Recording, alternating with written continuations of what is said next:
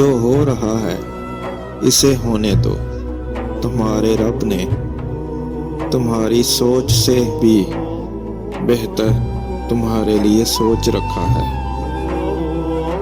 بے شک میرا رب وہ ہے جو انسان کے اندر کی اذیت کو جاننے والا ہے۔ اکیلے ہو اللہ کو یاد کرو، پریشان ہو تو درود شریف پڑھو، اداس ہو یا حیو یا قیوم، خوش ہو تو الحمدللہ بولو۔ جب آپ رب سے محبت کرتے ہیں تو آپ کے دل میں صرف انہی لوگوں کو بسنے دیتا ہے جو آپ کی محبت کے اہل ہے۔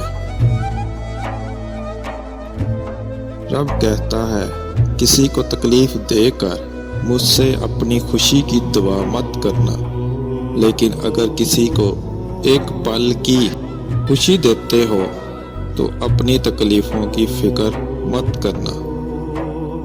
انسان کو جب اللہ سے لینا ہوتا ہے تو وہ لاکھوں کروڑوں کی چاہت رکھتا ہے، لیکن جب اللہ کی راہ پر دینا ہوتا ہے تو سکے ڈھونڈتا ہے۔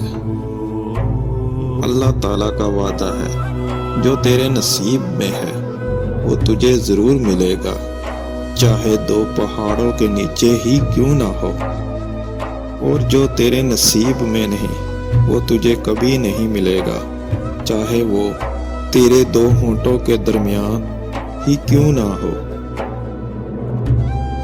دنیا کی دولت اللہ انہیں بھی دیتا ہے جنہیں وہ پسند نہیں کرتا، دین کی دولت اللہ صرف انہی کو دیتا ہے جنہیں وہ محبوب رکھتا ہے۔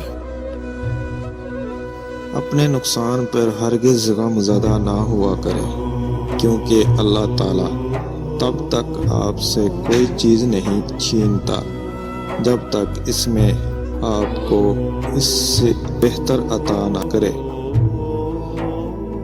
جب اللہ سے محبت ہو جائے تو سجدے بوجھ نہیں لگتے۔